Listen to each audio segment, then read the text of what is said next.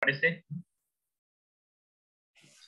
En nombre del Padre, y del Hijo, y del Espíritu Santo. Amén. Dios te salve María, llena eres de gracia, el Señor es contigo. Bendita tú eres entre todas las mujeres, y bendito es el fruto de tu vientre, Jesús. Santa María, Madre de Dios, ruega por nosotros pecadores, ahora y en la hora de nuestra muerte. Amén. Del Padre, al Hijo, y al Espíritu Santo. En el principio, ahora y siempre, por los siglos de los siglos. Amén. Nuestra Señora de Luján. Ruega por nosotros. Del Padre, y del Hijo, y del Espíritu Santo. Amén.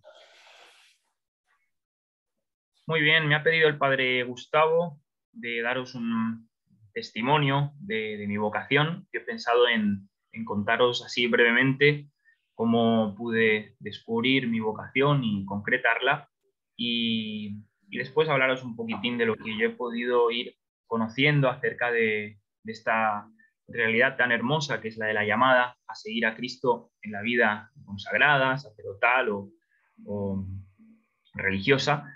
eh, Habiendo podido seguir varios muchachos en estos años de sacerdocio que llevo. Bueno, prácticamente yo desde, eh, desde la infancia me cuestionaba mucho sobre las cosas de la fe. Si bien iba a misa normalmente con mi familia, eh, pero no estaba muy atento, que digamos, a la misa. Me dormía en misa, no tenía mucho interés por las cosas de la religión, hasta que empecé a eso, me acuerdo, a los 11 años, 12 años, a plantearme, a preguntarme en serio si la religión que practicaba en mi familia era verdadera o si era toda una cuestión artificial o una formalidad, y si en realidad el mundo no tenía ningún sentido, si Dios no existía, y si lo que estaba haciendo era perder el tiempo, en pocas palabras.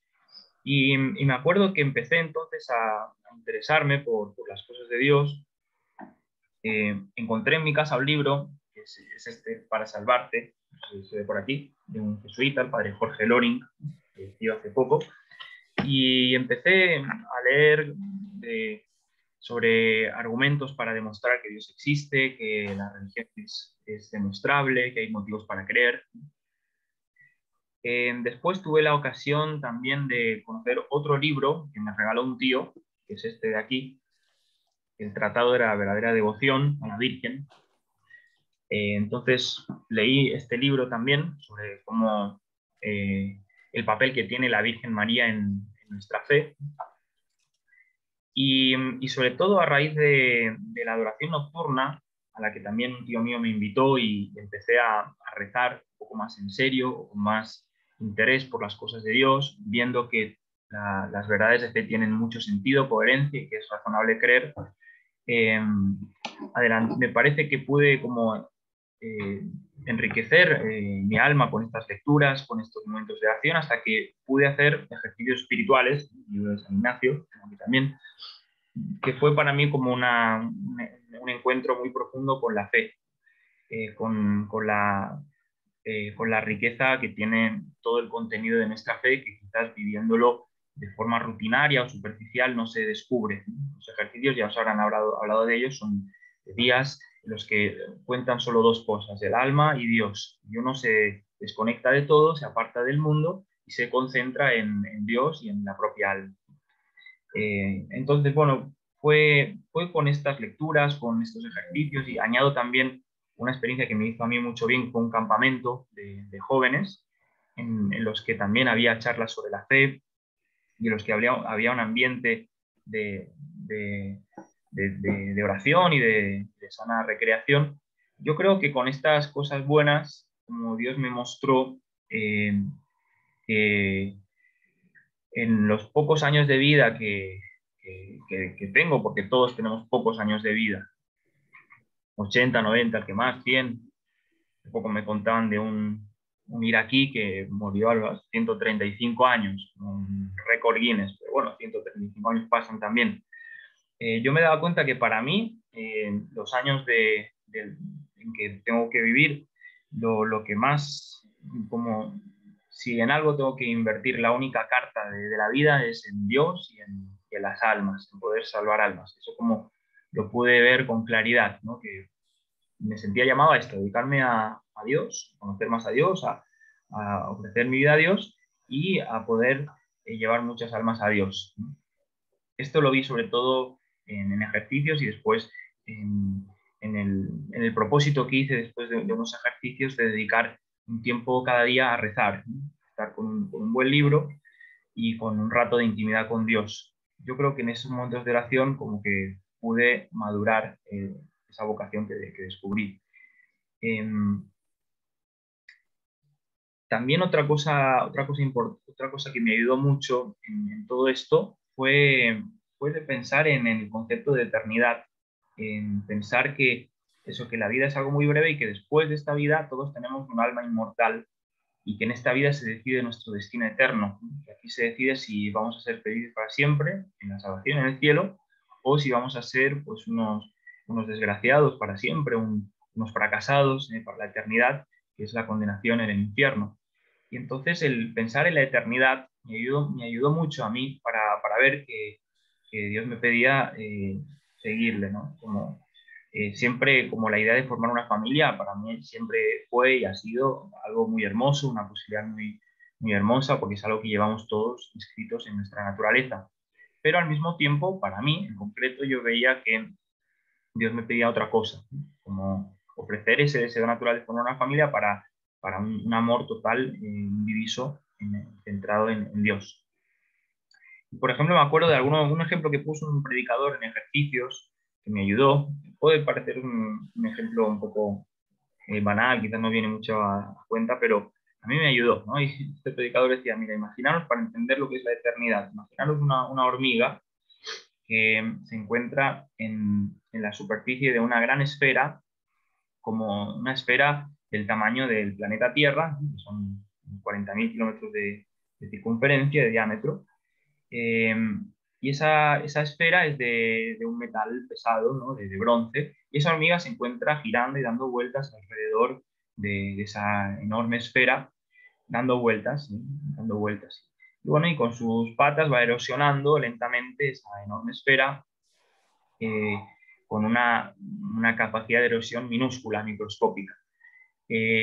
Bueno, llegará un día en que esa hormiga habrá terminado de erosionar esa esfera, aunque pasen millones y millones de siglos, llegará un día realmente en que habrá conseguido erosionar esa esfera. Bueno, cuando esa hormiga haya terminado esa labor, la eternidad habrá apenas comenzado. Imaginaros así una cantidad de millones de esas esferas, que esa hormiguita tenga que erosionar. Cuando esa hormiga haya terminado de erosionar la última de esos millones de esferas, la eternidad seguirá siendo siempre, siempre, siempre. Como San Antonio María Claret, se servía de las palabras siempre y nunca para entender la eternidad. Entonces, bueno, viendo que es algo tan inmenso el hecho de haber recibido el don de la vida, el hecho de existir, haber recibido un ser, y el hecho de ser llamados a la eternidad, ser como decía San Alberto Hurtado, un disparo a la eternidad, cuando empieza un alma, no termina jamás de existir, es como un inicio que no tendrá fin. Meditando sobre estos conceptos, pues sí, como que me di cuenta, bueno, yo creo que para mí mi vida tiene que tener un sentido, es dedicarme primero a salvar mi alma, pero no solo eso, sino a poder salvar cuantas más almas mejor, porque aquí hay en juego algo muy grande, ¿no? Que es el destino eterno de cada uno de nosotros. Y a mí me pareció que para mí en concreto, para poder llevar adelante esa misión, lo mejor era pues, ser sacerdote. Y entonces, nada, yo como no sabía muy bien de dónde se iba para ser sacerdote, si sabía que se iba a un seminario, pero un sacerdote amigo me invitó a estudiar en Barcelona, en la universidad, y después entrar en un seminario. Si bien yo después me di cuenta que no es lo mejor, porque cuando uno ve la vocación, lo mejor es al momento ponerla en tierra fértil, en un buen seminario. Pero bueno, las circunstancias fueron que empecé a estudiar eh, con la idea de entrar en un seminario, de buscar un seminario bueno y poder estudiar ya siendo encauzado hacia la vida sacerdotal. Pero bueno, empecé a estudiar en la universidad por varias circunstancias y buscando un seminario donde poder iniciar la vida de seminarista, y en esos años conocí la congregación del Verbo Encarnado y conociendo el instituto me di cuenta que además de tener una llamada sacerdotal, también Dios me pedía ser consagrado, ser religioso.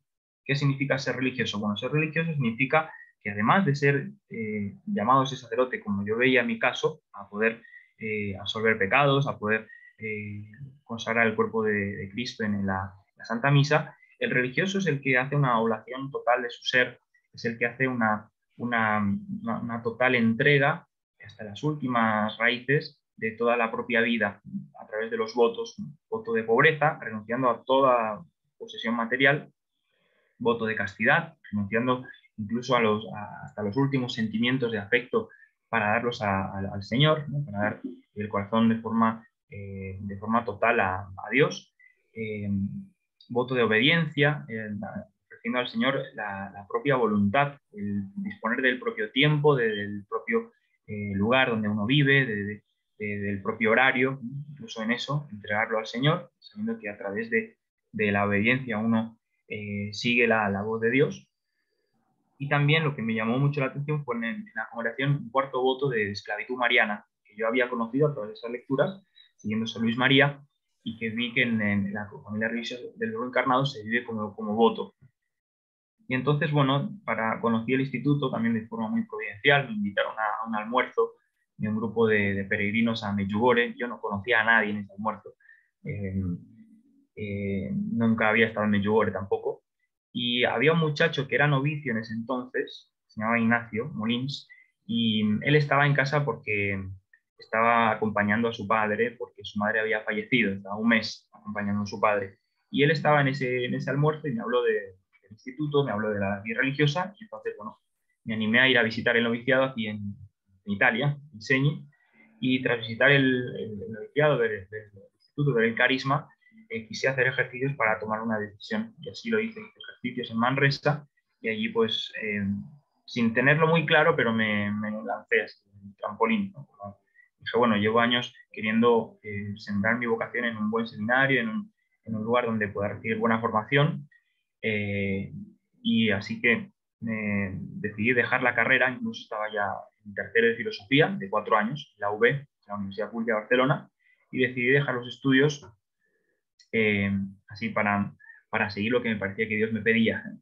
En un principio había pensado terminar la carrera y después entrar en el noviciado, pero un sacerdote me dijo, bueno, tú puedes esperar un año. Lo que pasa es que, bueno, si esperas un año, le estás diciendo al demonio, te doy un año de tiempo para que me robes la vocación, y al mismo tiempo le estás robando a la Iglesia 365 misas que nunca se celebrarán si tú retrasas un año de tu ordenación sacerdotal.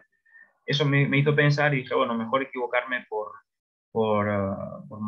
ser generoso que no por ser tacaño con Dios. Y realmente nunca me he arrepentido de eso, nunca me he arrepentido. De hecho, el año pasado pude terminar la carrera y tener el título de licenciatura en filosofía, incluso con un grado un poco superior a si lo hubiese hecho allí, ¿no?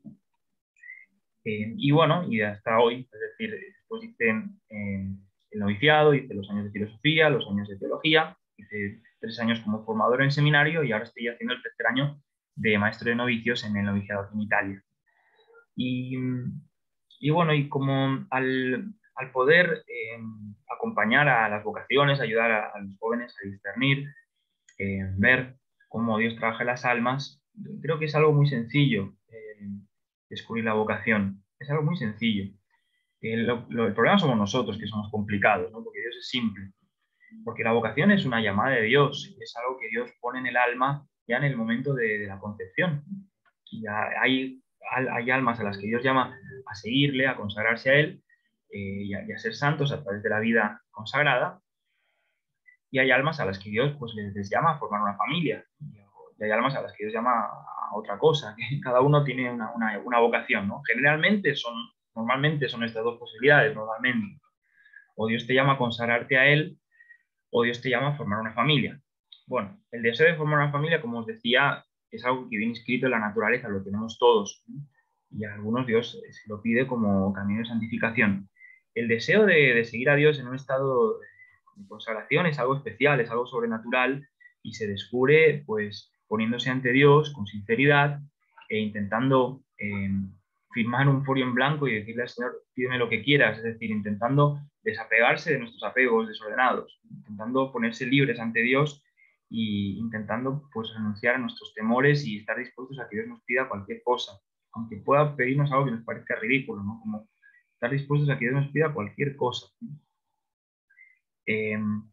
Y así poniéndose ante Dios en libertad de espíritu, y esa libertad de espíritu la tenemos que conseguir a través pues, de la vida de gracia, de una vida ordenada, de una vida de oración y con la ayuda de un buen director espiritual y con medios como los ejercicios que ayudan a ordenar el alma y con la ayuda de la Virgen, que es muy eficaz, ¿no? Para estar libres ante Dios, para no poner obstáculos, para no ser ciegos ante Dios de lo que Él nos pida.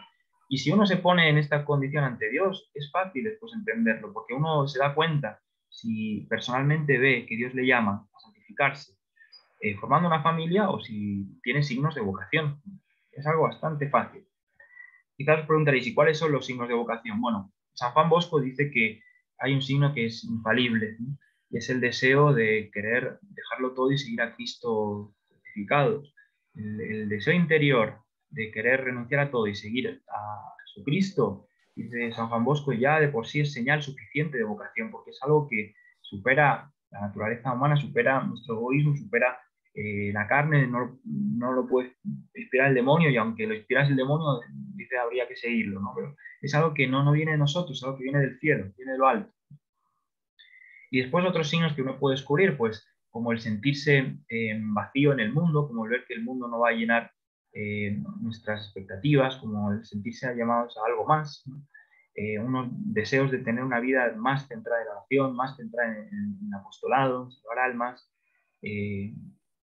Después el tener como una sana atracción por lo que hace un religioso, un sacerdote, no necesariamente sensible, no es que sea necesariamente un cosquilleo, una emoción, sino ver en ese camino una posibilidad real para uno. Es una iluminación de la inteligencia, ¿no? Se da de esta forma como un atractivo de la voluntad, donde uno ve en la cruz de Cristo pues una invitación a seguirlo así, a seguir a una persona.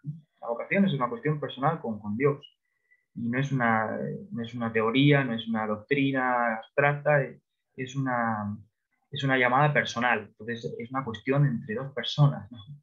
Entre la propia persona y Jesucristo. Es una cuestión, pues, mejor dicho, entre la Santísima Trinidad y nuestra alma. Y entonces es como ponerse ante Dios y preguntar, tener el coraje de preguntar, Señor, ¿qué quieres de mí? ¿Qué has pensado tú para mí? Si Dios ya ha pensado para cada uno de nosotros el camino. No es que tengamos que inventarlo nosotros, ya está escrito, ya lo tiene el Señor.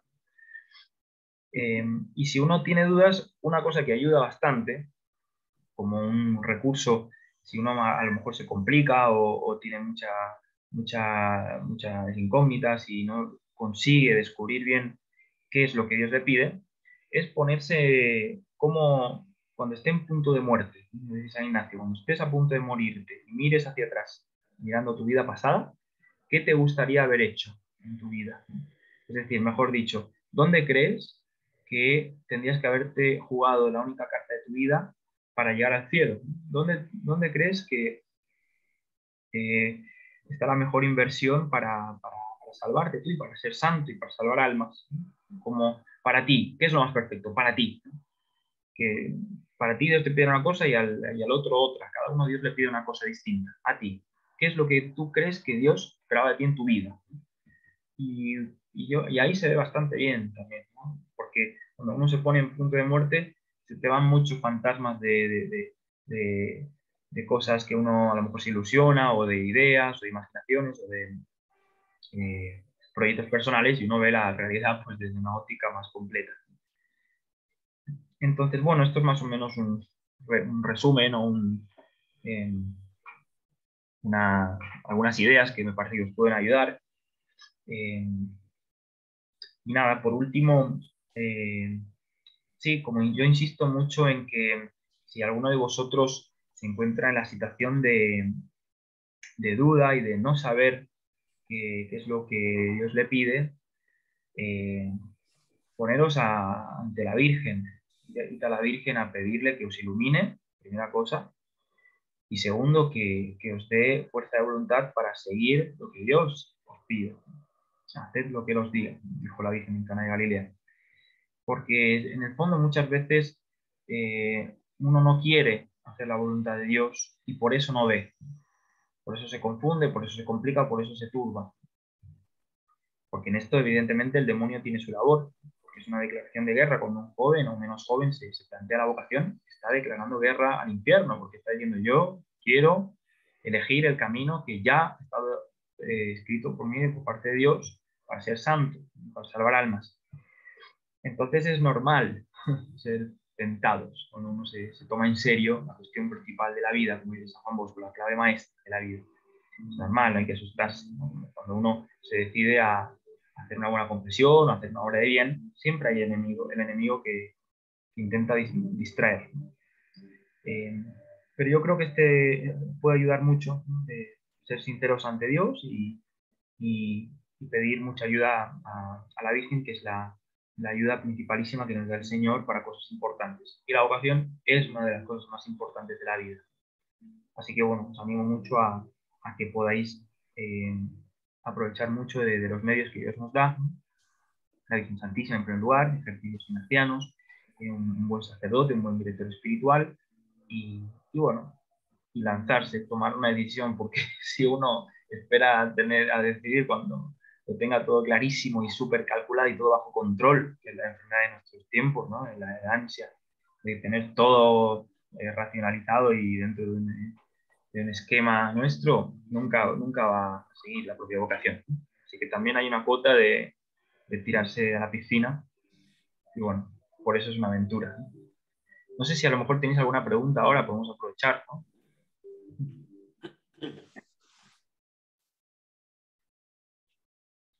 Pueden sacar el micrófono o lo pueden escribir ahí. Está. Ahí tienes una. A ver, la voy a leer en voz alta, así también. Sí, perfecto. Padre, muy agradecido con su testimonio, escribe David Marín. Una pregunta, teniendo como contexto una novela de Bruce Marshall llamada A cada uno un denario, ¿cómo asumes el denominado fracaso pastoral? Es decir, esa experiencia en la que sientes que lo que haces por las almas no cobra tanta eficacia pastoral como lo esperaste. Muchas gracias. No conozco a este autor y a esta novela. La experiencia de ver que lo que uno hace no tiene eficacia puede ser por varios motivos. Puede ser porque uno no está haciendo lo que Dios le pide y por eso no vea frutos en su vida. O puede ser que uno esté haciendo lo que Dios le pide para que vea frutos. Como es el caso de muchos santos, he escuchado del mismo San Luis María, de Montfort, algún sacerdote le llama el patrón de los fracasos pastorales, ¿no? Porque él tuvo mucha persecución en su vida y muchas contrariedades y varios proyectos que él empezó tuvieron un fracaso aparente. Por ejemplo, él mismo que escribió el Tratado de la Verdadera Devoción, este tratado estuvo después escondido 100 años, no se publicó sino después de 100 años de que él se murió. Pero no sé en concreto si lo que quieres decir con esta pregunta es que si uno ve que lo que hace no le llena o le parece que no da resultado, está muy bien plantearse, ¿no será que me estoy equivocando en algo?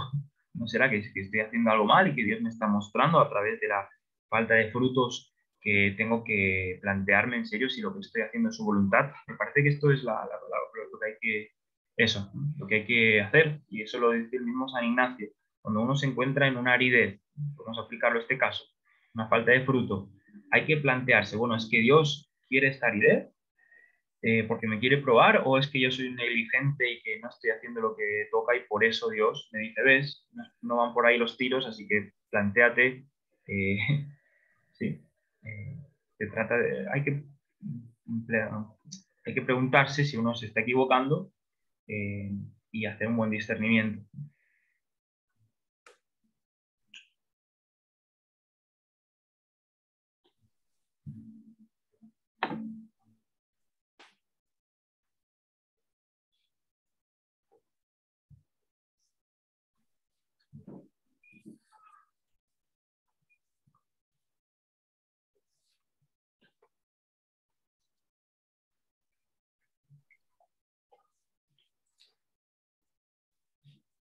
Nadie pregunta por ahora, te pregunto yo, no sé si es un poco personal, pero corren algunas leyendas acá por la casa donde hiciste ejercicio de una especie de diálogo que tuviste con un cuadro de San Juan Pablo II, si lo puedes contar o no. Son leyendas acá urbanas de la casa, digamos, que son un buen ejemplo, digo, puede servir para algunos. Sí, sí, sí. Yo sí hice ejercicios allí en Manresa, en la casa donde está, no sé si estás ahí ahora, Sí, Gustavo, en sí, la sí, casa. estoy acá, sí, sí, sí. Y me acuerdo, era el 2 de mayo del 2009. Eh, yo hice ejercicios del 30 de abril al 3 o 4 de mayo, bueno, de un jueves a un domingo. Y, y yo quise hacer ejercicios para tomar la decisión de si terminar la carrera y entrar en el instituto del Grupo Encarnado o si continuar estudiando y entrar después o seguir a un seminario diocesano. Bueno, estaba ahí como deliberando sobre esto. Y entonces, como yo me acuerdo que no me conformaba con las luces que ya tenía, como que tenía bastante signos de que lo mejor y lo más inteligente era dejar la carrera, aunque estuviese muy bien, aunque faltase poco por acabarla. Y como había visto varios elementos fuertes en común con lo que yo sentía que Dios me pedía en el instituto, que valía la pena pues tomar ese riesgo. Pero como durante los ejercicios, sabes, cuando tienes que tomar una decisión y vas un poco esperando, pidiendo alguna luz más o uno desea tener alguna iluminación, alguna aparición, lo que sea, ¿no? Y no viene, ¿no? Y te das cuenta de que Dios te ha pasado el balón a ti, te está esperando a que tú des el pase. Pero yo estaba como así, como planteándome a ver en qué momento tomo mi decisión, porque faltaba ya poco para terminar los ejercicios, era sábado y terminaban el domingo en el almuerzo. Y me acuerdo que estaba ahí en el comedor, estaba comiendo un plato de espagueti, estaba muy bueno, porque y, y estaba así diciendo, a ver, ¿cuándo me decido? ¿Cuándo tomo la decisión? Y enfrente hay un cuadro que lo tienen ahí todavía, de Juan Cuando Pablo termines, II. mandaré la foto al grupo, le mandaré la foto del cuadro. Sí, sí, sí. Es un cuadro, lo habréis visto seguramente, Juan Pablo II está apoyado en la mano así, ¿no? Y entonces, no sé, mirando el cuadro me vino como la idea, me parecía que el Papa decía, ¿hasta cuándo vas a estar esperando a decidirte, ¿no? Como decidirte ya, ¿hasta cuándo vas a dejar que las almas te van a esperar, ¿no? Así que bueno, terminé rápido el plato de espaguetis, me fui a la capilla, al sagrario que tienen ahí todavía, muy hermoso, y sí, y simplemente por escrito, quise tomar la decisión escribiendo, y decir, bueno, pues mira, lo que Dios quiera, yo dejo todo y me voy al noviciado. Y me acuerdo que de cuando tomé esa decisión, no es que sintiese una gran paz ni una gran consolación, me sentía satisfecho de haber arriesgado algo por el Señor, eso sí, como espiritualmente, una ligera, como un contento de estar haciendo algo que costaba, por Dios, pero ninguna consolación particular. Y me acuerdo que al final de ejercicios le pregunté al predicador, que era el padre Miguel Soler, digo, padre, pero es normal que con lo que me ha costado decidir, una vez que ya he tomado la decisión, como si nada, ya está, yo pensaba, no sé, al menos una luz, un olor a incienso, un cielo abierto, algo, nada. Sí, sí, tranquilo, no es una cuestión de esto, sino ya verás si eso es lo que Dios te ha pedido y sí. Aprovecho para decir a mí una cosa que me ayudó mucho fue eh, cuando tomé esta decisión después se lo dije a mi director espiritual, que era el padre Joan Costa, un sacerdote del Opus Dei. Me acuerdo que me dijo, pues me parece muy bien que aunque no hayas tenido todo súper claro, que hayas decidido de jugártela por el Señor, porque cuando una alma es generosa con Dios, Dios eso te lo va a bendecir siempre. Y me decía, aunque te hayas equivocado, si te has equivocado ya será Dios a corregirte y a llevarte por otro sendero. Pero Dios no te va a castigar por dar un paso en adelante de generosidad y sacrificio hacia Él, sino te va a tomar tu buena acción y la va a llevar a buen puerto. Eso puede ayudar mucho, ¿no? De que lo que dice el cardenal Newman, Dios da luz para cada paso, pero no da luz para todo el camino. Y entonces no hay que pretender tener todo súper claro, porque eso es presunción y eso nos llenaría de soberbia y parecería que es una cuestión humana, sino conformarse con la luz que Dios da a cada paso y también, si uno mira la cruz, dice, mira, si el Señor se ha arriesgado por mí, ha sufrido por mí, algo puedo hacer por Él, ¿no? Mejor equivocarse por más que por menos. Así que eso también, sí, eso... Magnífico. Sí. Ahí David te preguntaba cómo asumiste el proceso del desarraigo de tu casa para ingresar al seminario. Sí, bueno, como es normal, siempre uno eh, echa de menos a la familia y siempre, si bien mi familia me apoyó, es verdad que había gente que no me apoyaba, me decía, ¿qué haces? ¿Dejas la carrera a mitad? Lo que se empieza se tiene que acabar, todo muy bien, pero eh, realmente es una cuestión más, es como todo en la vida, siempre, eh, siempre hay que renunciar a algo. Y Santo Tomás de Aquino dice que cuando uno, para demostrar que uno quiere una cosa y que uno la ama, se demuestra por aquello que renuncia por esa cosa. Y si por amor a Dios uno renuncia a cosas buenas, cosas que cuestan, como es la propia familia, los propios amigos, los propios ambientes, los propios proyectos, que es algo que cuesta, está demostrando que le quiere a Dios, que le ama.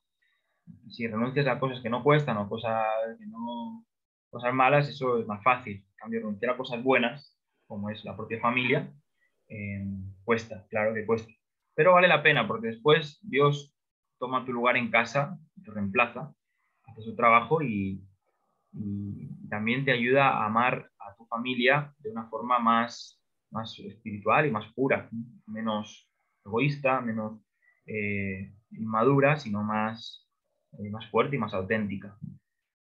Así que con respecto al amor a la familia, si sigue la vocación, yo creo que si bien pone prioridad y sigue primero la voluntad de Dios y hace las cosas como Dios lo ha pedido, al mismo tiempo crece en el amor ordenado hacia la propia familia. Te leo, buenas tardes, dice Brian. Así como usted, estudié filosofía como carrera y como sabe, algunas corrientes de pensamiento son enemigas de la fe. ¿Alguna vez tuvo algún conflicto frente a algún criterio de fe por influencia de algún filósofo contemporáneo? Sí, varias veces, sí, sí, sí. Yo me acuerdo de la Universidad de Barcelona, no era para nada fácil. Yo era el único católico que yo sepa de la facultad, era increíble. Yo no encontré a ningún católico en esa universidad, ¿no? Y había momentos que yo me cuestionaba, pero no seré que soy yo el que se equivocó de aquí, porque era el único, ¿no? El único de una facultad, ¿no? Eh, había algún profesor que era católico, ¿no? Y me acuerdo que yo en un momento estaba con un lío en el cerebro después de clases de Hegel y de Kant, porque son genios estos, ¿no? Son genios. Lo que pasa es que son genios que construyen genialidades sobre una nube. El fundamento de esas filosofías se puede demostrar que el principio está equivocado, ¿no? Aunque sean cosas súper coherentes, son castillos de naipes en nubes, ¿no? Muchas teorías como Descartes, Hegel, Kant. Bueno, yo me acuerdo en un momento así de confusión fui al profesor de filosofía de la naturaleza, José María Petit, que después falleció, ¿no? Y yo le dije, mire, profesor, yo como, eh, ¿no será que la fe cristiana es como es una mezcla de varias filosofías en el fondo y que todo un eclecticismo así bien, bien montado, pero en realidad no es la verdad? Y me dice, mira, eso que estás cuestionando es algo que viene del demonio, no te preocupes, déjalo. Y no me dio un principio filosófico, me dio un principio teológico, pero tenía razón, porque era realmente una tentación, porque en realidad cuanto uno más estudia, más ve que esas filosofías están fundadas en un principio falso, que es el subjetivismo y el principio de que la realidad se funda en el pensamiento. Y, y, es decir, se necesita mucha más fe en el fondo para ser racionalista, ateo, subjetivista que para ser creyente, porque hay muchas más razones de peso para creer en Dios y para creer que hay una verdad, ¿no? Que pensar que todo es relativo y que cada uno tiene su verdad y que la verdad es la que construyo yo. Entonces sí, tuve momentos así de dificultad, eh, pero pude superarlos por gracia de Dios, sinceramente. Ahora bien, también una cosa que me di cuenta después, ya estando en el seminario, fui a la facultad siendo seminarista, fui así de sotana, y me di cuenta que los profesores ateos me llamó la atención cómo los vi mucho más tristes de lo que me parecía. Es decir, vi que la filosofía atea es totalmente una filosofía deprimente, que lleva al hombre a tener una falta de sentido muy fuerte en la vida. Me llamó la atención verlos súper depres, súper como con una especie de amargura, ¿no? ¿Por qué? Porque enseñan teorías que realmente no dan sentido pleno a la existencia humana. Y, y eso me llamó la atención, de cómo eh, las filosofías humanas que llevan al ateísmo eh, llevan al hombre a perder su dignidad también.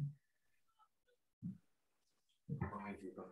Rafael, te agradece mucho por el testimonio, por ayudar al camino hacia la santidad. Roberto Carlos, llevo 2 años yendo diariamente a la Eucaristía y al Santísimo. Rezo mucho cada día, asistiendo al confesionario y meditando sobre el sacerdocio. Siento que mi alma anda en búsqueda de Dios. Creo que el Señor está generando todo eso y no ha parado de saber más de Él. No he parado. Hice los ejercicios del retiro con el Padre Lombardo y mira, acá estoy diciendo que Dios, como que vamos, sigue adelante. Bien, es como un comentario agradeciendo. Bueno, en definitiva, Carlos, te encomendamos especialmente. Carlos, vamos todavía. Estamos en contacto por varios. Y si David pregunta, en relación con la familia, como miembro del instituto, ¿se tiene posibilidad de visitar de vez en cuando a la familia? Sí, sí, se visita a la familia y estando en el seminario se visita a la familia en Navidad y en verano. O sea, 15 días en Navidad y 15 días en verano.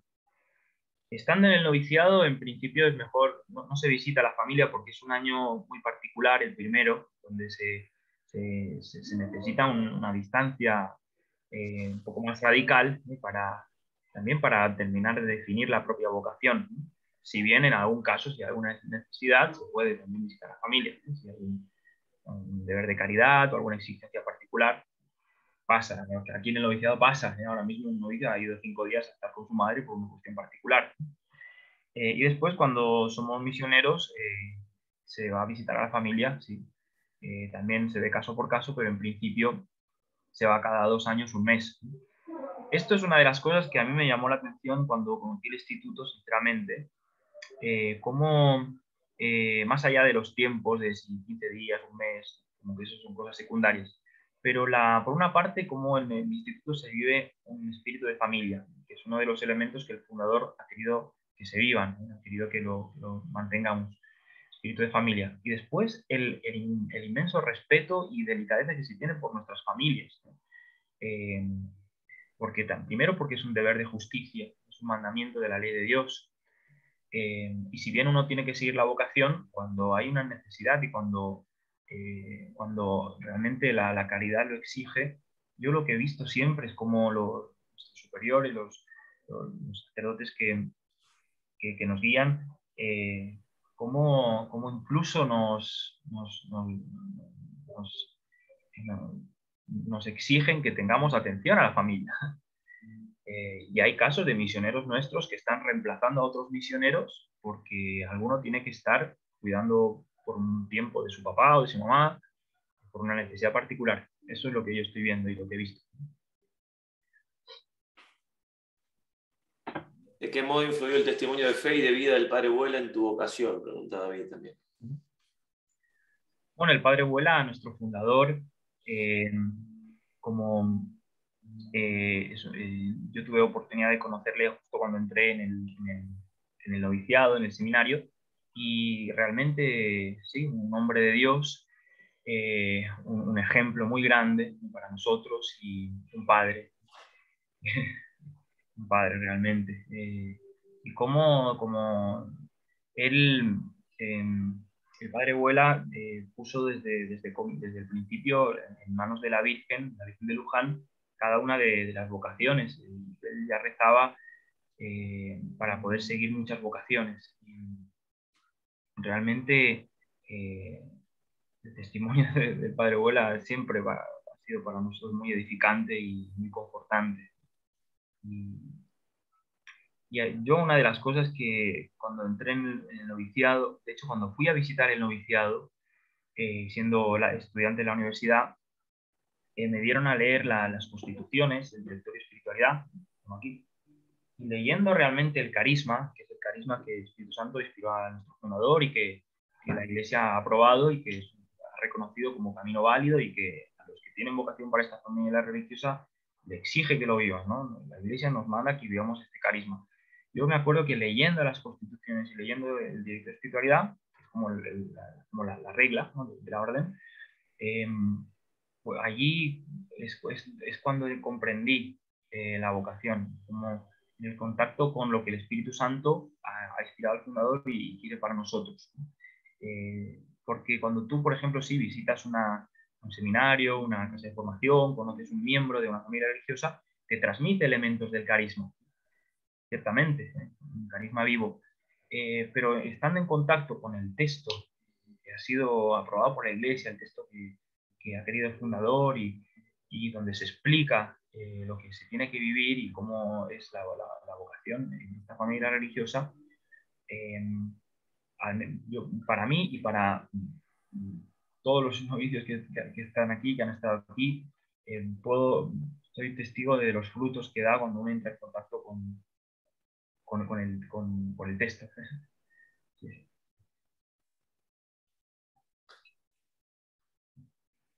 Bueno, muy bien. ¿Alguna pregunta más? Ya sea por mensaje, por chat o por micrófono. Si no, bueno, no les quedó.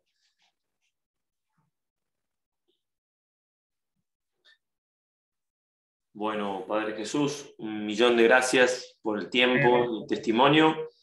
Le pedimos oraciones por estos jóvenes y no tan jóvenes. Y bueno, ahora sí, para terminar la bendición, ¿sí puede ser? Con mucho gusto, ¿eh? En nombre del Padre, del Hijo y del Espíritu Santo, por intercesión de la Virgen Santísima, de San José, de los santos de vuestra mayor devoción, San Ignacio de Loyola, San Juan Pablo II, os bendiga Dios Todopoderoso, Padre, Hijo, Espíritu Santo. Amén. Amén. Bueno, gracias. Nos vemos. Adiós, adiós. Adiós, adiós. Nosotros nos juntamos en un ratito, sí, les mando el enlace por el grupo y hacemos la adoración al Santísimo, el rosario ante el Santísimo Sacramento, pidiendo por esta jornada. ¿Sí? Les mando ahora en unos 5 minutitos, a las 1:30, en 15 minutos hacemos eso como él. Bueno, estamos en contacto, muchachos, fuerza, un abrazo grande a todos y en oración. Adiós, adiós.